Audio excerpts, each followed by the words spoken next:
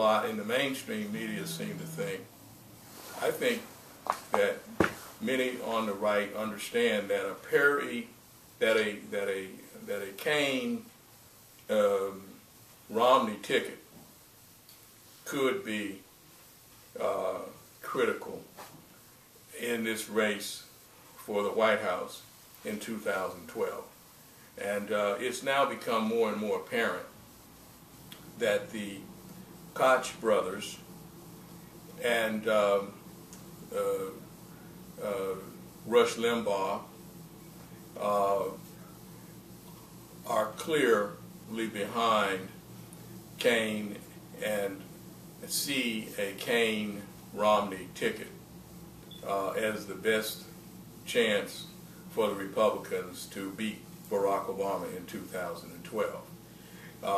And so I think Cain foresaw that, and I think that people like, unfortunately, Rush Limbaugh and some others envision a Cain as candidacy as vice president and a Romney candidacy as president for the Republicans. And I think that when you look at the climate, the economic climate that we're in right now, where it appears that the unemployment rate is going to be unusually high, historically high for a presidential re-election effort that the Democrats will make that could be successful, to have a historically high national unemployment rate, and then to have a Barack Obama presidency where the base is frustrated, the base that was so enthusiastic, which elected him in 2008, not as inspired, which might lower the turnout, and then to have a Romney-Cain ticket, having an enthusiasm on the right, inspired by Cain's presence, and also Cain's presence could be a very confusing thing to a significant percentage of minority voters. And when I say minority voters, I'm talking not just the black American voters, but also I think other racial minority groups could also be impacted and similarly confused into or induced or inspired to support this Republican ticket, so that they could end up with a significant shift from the Democratic column of not only African American voters, but Hispanic voters and other Asian and other racial minority groups, to whom the fact that there is a minority on both sides running for president and vice president, it could make the race issue something that's more contested.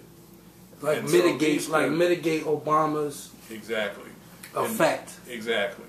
And I think that that's something that is a dangerous thing that could potentially work against President Obama and the Democrats if Cain is successfully able to overcome the problems of his candidacy at this moment.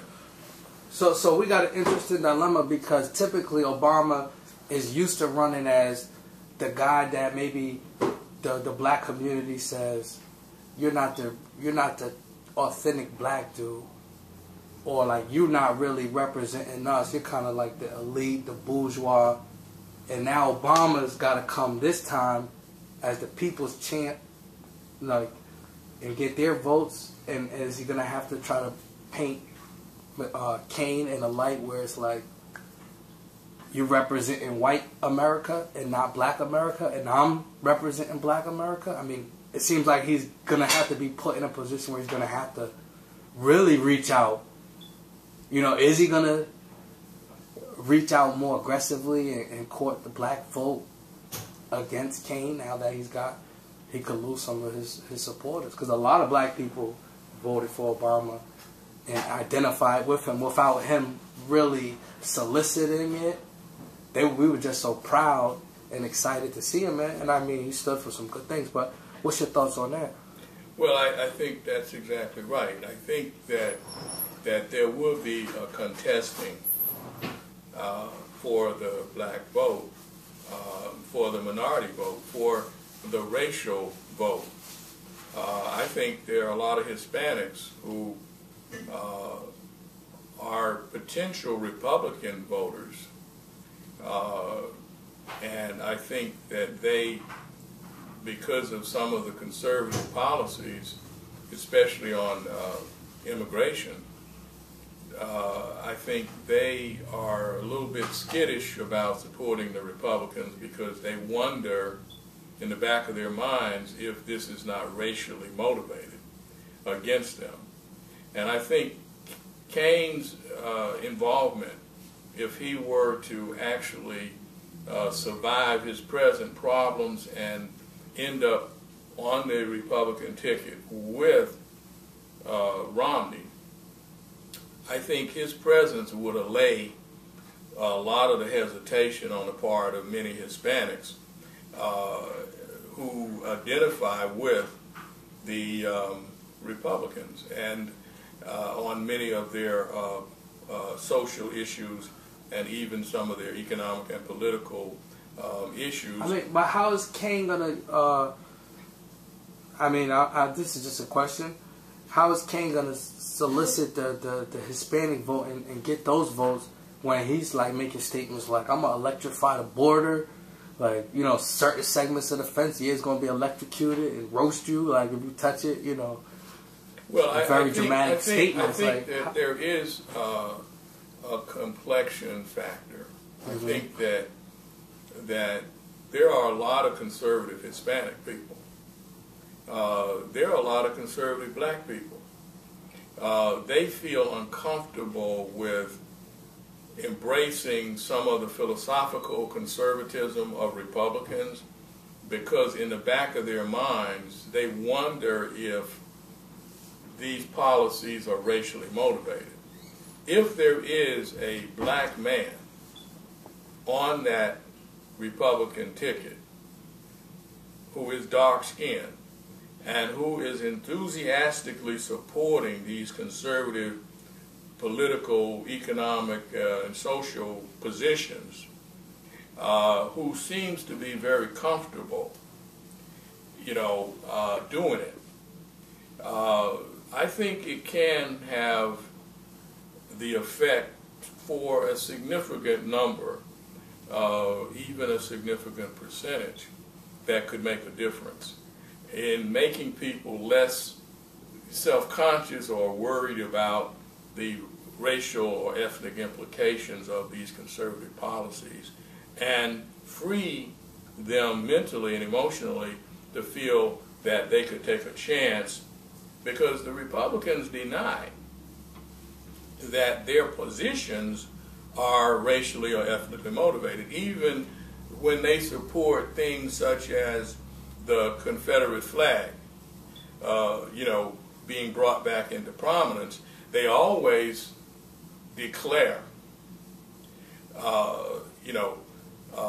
strenuously that, oh no, it has no implications in terms of, racism or going back to the old days of, traditional Southern white racism and so forth, but that it has only some vague and harmless,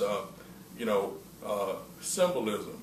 So I think that that's the danger,